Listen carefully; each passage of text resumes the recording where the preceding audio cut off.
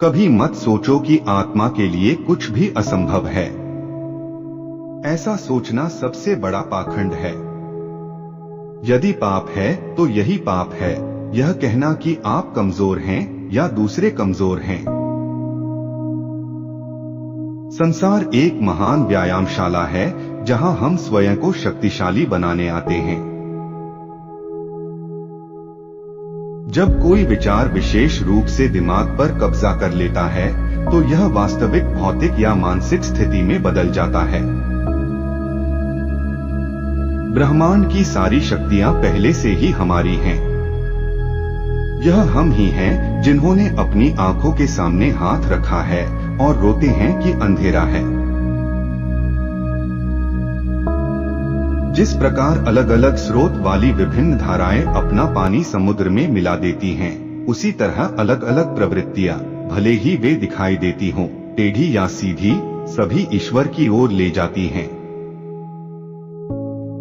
यदि धन मनुष्य को दूसरों का भला करने में मदद करता है तो इसका कुछ मूल्य है, लेकिन यदि नहीं तो यह केवल शैतान का एक ढेर है और जितनी जल्दी इससे छुटकारा मिल जाए उतना ही अच्छा है।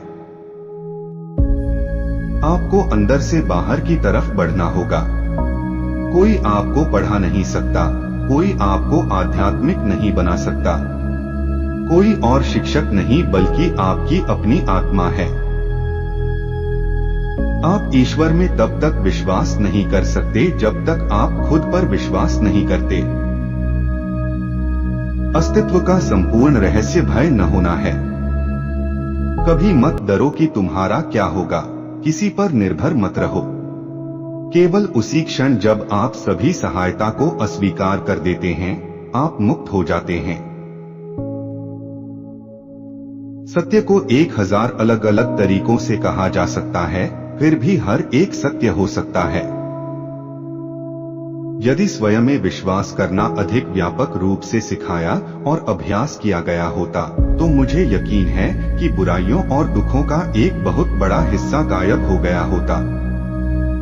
हम वो हैं जो हमें हमारी सोच ने बनाया है, इसलिए इस बात का ध्यान रखें कि आप क्या सोचते हैं। वर्टिकल बार शब्द गौण हैं। विचार जीवित रहते हैं, वे दूर की यात्रा करते हैं। एक विचार लो, उस एक विचार को अपना जीवन बना लो, उसके बारे में सोचो, उसके सपने देखो, उस विचार को जियो। मस्तिष्क, मांसपेशियों, नसों, आपके शरीर के हर हिस्से को उस विचार से भर दें और बाकी सभी विचारों को अकेला छोड़ दें। यही सफलता का मार्ग है।